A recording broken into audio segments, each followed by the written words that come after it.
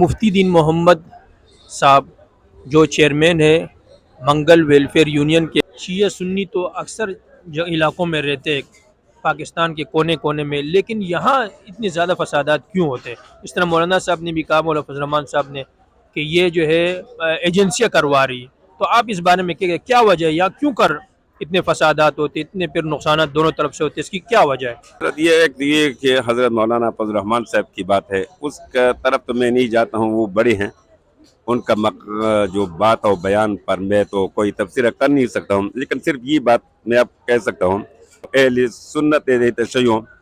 ہر جگہ میں رہتے ہیں، لیکن قرمی جنسی کی طرح فسادات نہیں ہیں۔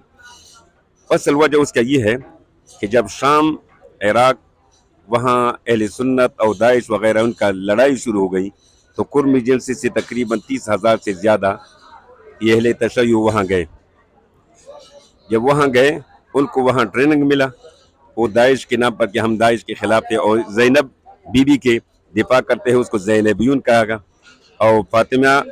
فاطمیون کے بریگیڈ کو فاطمیون کہا کہ یہ ہم فاطمہ کے دفاع کرتے ہیں۔ تو وہاں جب یہ لوگ وہاں سے واپس آ گئے تو یہاں انہوں نے فسادات شروع کیے ہیں، اور آئے روز حملے کرتے ہیں اہل سنت پر، اور اہل سنت ابھی تک دفاع میں ہیں، لیکن ان کے لشکر کشی صرف بشیرہ پر تقریباً 15,000 لوگوں نے لشکر کشی کی ہے، اور ان کو تقریباً 3 مہینوں سے محاصرہ ہے، تری منگل میں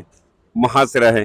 اور وہاں تقریباً 5 ولیج ہیں، وہ ابھی تک محاصرہ میں ہیں، اور ان کو کچھ نہیں پہنچ سکتے۔